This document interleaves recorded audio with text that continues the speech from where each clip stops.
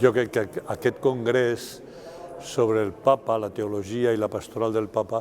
ens dona una eina per a nosaltres, els que som pastors de l'Església, els preveres, els bisbes també,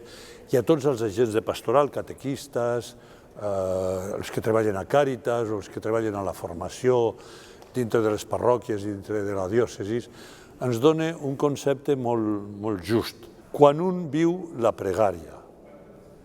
quan un viu obert a la realitat del món i escolta Déu present en la història i fa una mica de reflexió, una mica, no dic un gran teòleg, una mica de reflexió i prega,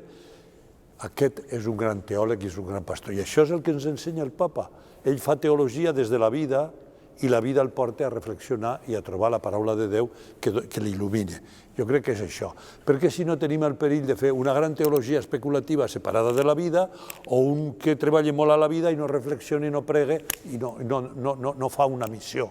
no evangelitza. Jo crec que el papa ens ajuda a fer les dues coses. Per això té, jo diria, aquesta admiració dintre del món, no sol dels que som creients, sinó també dels que no són creients, perquè és un home que dona esperança, que il·lumina la vida, tots els elements de la nostra vida, l'economia, el tracte, la relació amb la creació, el treball amb els pobres, il·lumina tota la vida d'una persona i de la vida de l'Església des d'aquesta pregària, des d'aquesta escolta de la paraula de Déu.